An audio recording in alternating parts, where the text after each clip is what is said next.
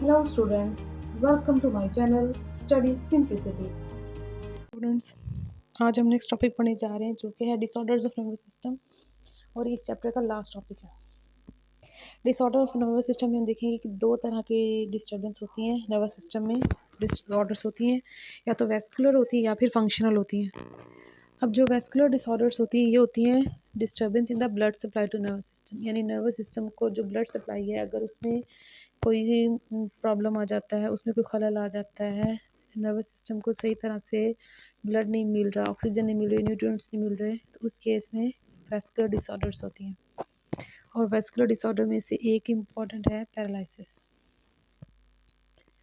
इसके अलावा functional disorders हैं। फंक्शनल डिसऑर्डर्स होती हैं नर्व इम्पल्स की जनरेशन या ट्रांसमिशन में किसी तरह की डिस्टर्बेंस है, यानी कि नर्व इम्पल्स या तो जनरेट नहीं हो रही हैं या जनरेट हो रही हैं सही तरह से ट्रांसमिट नहीं हो रही हैं। तो दोनों केसेस में जो डिस्टर्बेंस आती है उसको हम नाम देते हैं functional disorders of nervous system. और एक कॉमन जो फंक्शनल डिसऑर्डर है नर्वस सिस्टम की दैट इज़ एपिलेप्सी।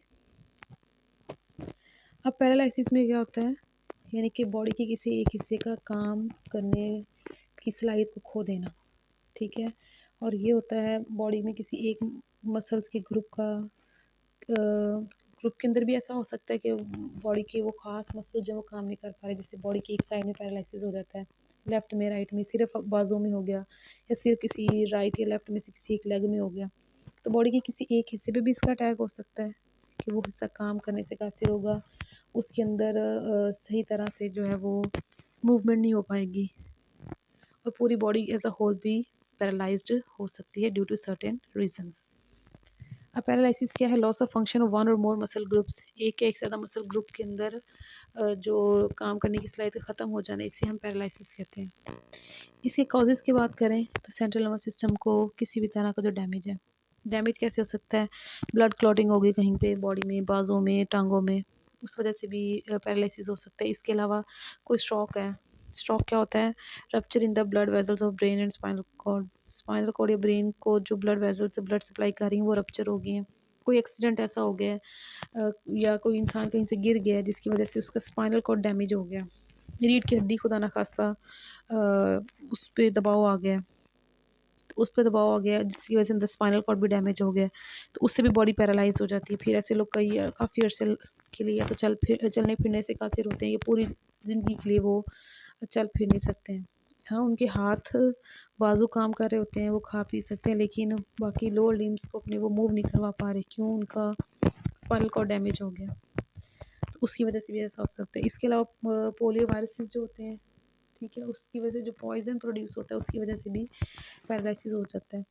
जैसे हमारे यहाँ बच्चों को छोटी उम्र में पोलियो के ड्रॉप्स पिलाए जाते हैं ताकि पोलियो वायरस का जो इफ़ेक्ट है उसको ख़त्म किया जा सके और वो बॉडी को डैमेज, पॉइज़न जो है बॉडी को डैमेज ना कर सके और बच्चे पैरालाइज़ ना हो सके। तो अगर किसी बच्चे को ये पोलियो के ड्रॉप्स नहीं सही टाइम पे पिलाए जाते और ये वायरस एक्टिव हो जाता है, तो उससे जो पॉइज़न प्रोड्यूस होता है उसकी वजह से भी बॉडी जो पैरालाइज़ हो सकती है। तो ये कुछ कॉजेज़ हैं पैरालिसिस के। अच्छा, इसका ट्रीटमेंट क्या है पैरालिसिस का?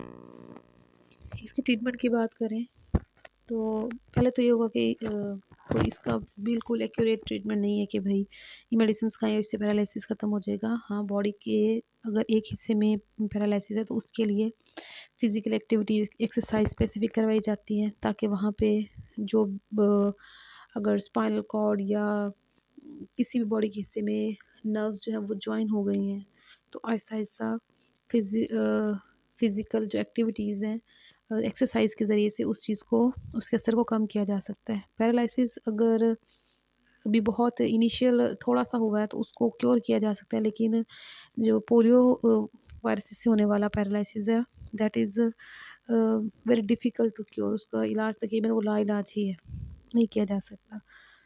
ठीक है, इसके बाद एपिलेप्सी की बात करें तो ये होती है एब्नॉर्मल और excessive discharge of nerve impulses in brain, जिसे हम मिर्गी भी कहते हैं। आम अल्फाज में इसे मिर्गी भी कहा जाता है। अब ये इसकी कॉजेज़ क्या हैं? या तो ये जेनेटिकली होगी या किसी भी बेबी जब मदर के वॉम्ब के अंदर डेवलप हो रहा है उस वक़्त किसी तरह की प्रॉब्लम की वजह से भी ये प्रॉब्लम हो सकती है। फिर ब्रेन के अंदर कोई ट्यूमर्स हैं, उसकी वजह से भी ऐसा हो सकता है। अचानक सर पे कुछ चोट लगी है, बहुत गहरी चोट लगी है, उस ट्रॉमा की वजह से भी हो सकता है। और सेंट्रल नर्वस सिस्टम के अंदर किसी इन्फेक्शन की वजह से भी एपिलेप्सी हो सकता है। तो ज़्यादातर ये जो है कुछ लोगों को तो बाय बर्थ होता है, ठीक है, या किसी को जेनेटिकली है, लेकिन कुछ लोग को बड़ी एज में जैसे कि 40 साल की उम्र के बाद भी एपिलेप्सी की प्रॉब्लम हो सकती है। इसका भी कोई परमानेंट इलाज नहीं है। हाँ, ऐसी मेडिसिन दी जाती हैं जो मिरी के दौरे की शिद्दत को कम करती हैं, आहिस्ता-आहिस्ता बॉडी को नॉर्मलाइज़ करती हैं, और ऐसी मेडिसिन्स को हम कन्वल्सेंट्स कहते हैं, या फिर एपिलेप्टिक ड्रग्स भी कहते हैं, जो कि इसके ट्रीटमेंट के लिए यूज़ की जाती हैं, जो इसके असर को, इसकी शिद्दत को कम करती हैं और बॉडी की कंडीशंस को दोबारा से नॉर्मलाइज़ करती हैं। तो यहाँ तक हमारा ये आज का छोटा सा टॉपिक है, which is about the disorders of nervous system. Hope so आपको वीडियो इन्फॉर्मेटिव लगा है। अगर वीडियो इन्फॉर्मेटिव लगा है तो इसको लाइक करें, शेयर करें और चैनल को सब्सक्राइब करें। जज़ाकल्लाह। Thanks for watching. Like and share this video and subscribe to my channel.